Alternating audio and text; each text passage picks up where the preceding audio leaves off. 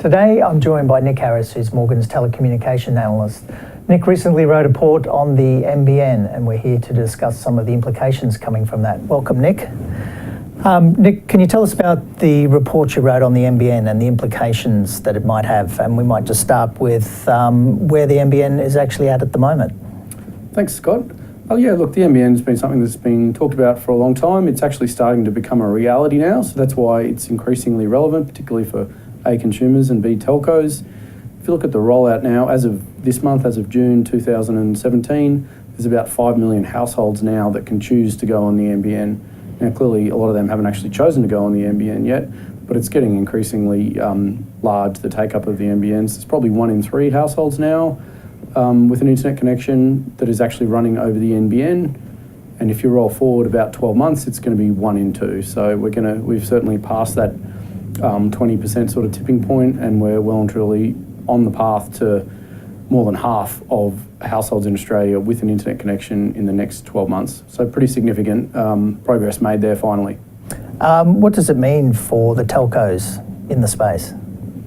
Look, for the existing telcos, those that own infrastructure, it's actually quite a bad outcome because the profits per customer effectively drop by 2/3 if you compare to owning your own infrastructure. So instead of having your own equipment and paying, say, $15 to lease the last mile, so the connection from the house to the exchange off Telstra, everyone, including Telstra now, has to pay $43 to lease the last mile off the national broadband network.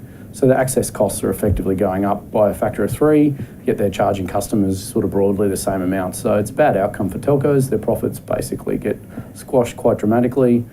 For consumers, in theory, it should be a good outcome because you're paying not a whole lot more for what is hopefully a faster speed, but ultimately it comes down to the economics and how the telcos offer those services, whether you're actually getting the full 25 meg if you're paying for a 25 meg connection. In your report, you mentioned that some of the assumptions that the NBN were making were quite aggressive or optimistic. What are some of the challenges that actually the NBN now faces? Yeah, I think there's quite a few challenges there. Look, the first one is they think that they're going to have something like 12 million households in Australia and nearly 70% of them are going to become paying NBN customers. So in order to get to that number, you've got to actually see the number of dwellings or houses or whatever, basically, that are built double over the next couple of years from the current rate. Obviously, we've been through or still in the sort of throes of a bit of a property development peak, particularly with apartment blocks and things like that. So it seems unlikely that the number of households they think will exist by 2020 will actually exist. So the first problem is they think the addressable market's bigger than we think it is. The second problem is the access price. They're assuming that people are going to pay a lot more for a high-speed connection, and in the land of telco, that's not how it works. People typically pay about the same amount each year and get more and more speeds and more downloads. So telcos are obviously not in a hurry to pay 3 times as much for last mile and have their profits squashed as a result of the NBN. So they're looking at alternatives to bypass the NBN, and there's certainly some good alternatives there. Particularly some examples would be in residential apartment blocks. There's companies like, there are companies that are using last mile substitutes.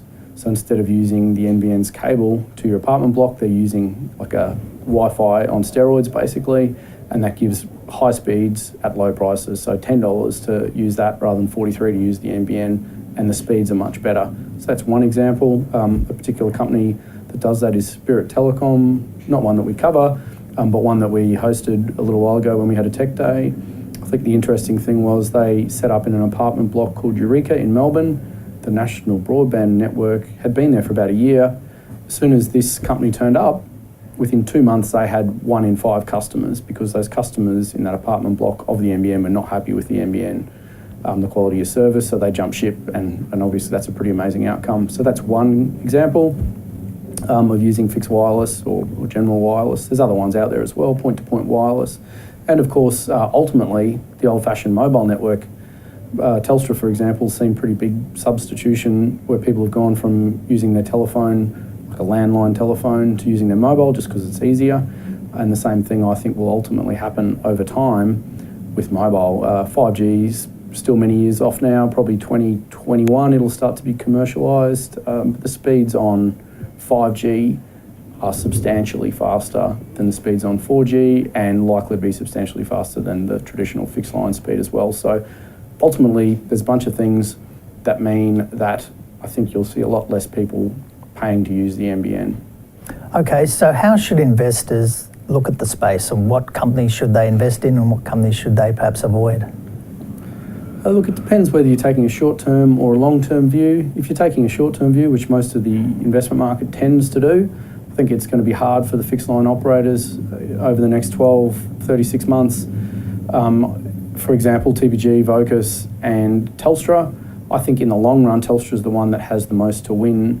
I think Telstra is building some fantastic networks, and ultimately, in the short term, we'll see a hole in earnings for Telstra and TPG as a result of the NBN.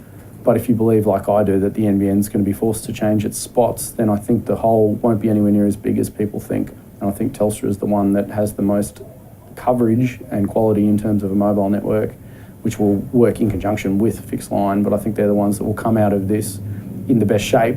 But it's still a few years before we reach that point, unfortunately. So I think it's a bit hard in the fixed line. Stocks that we do like, our two key picks are Speedcast, which is a satellite company, and NextDC, which is a data center company.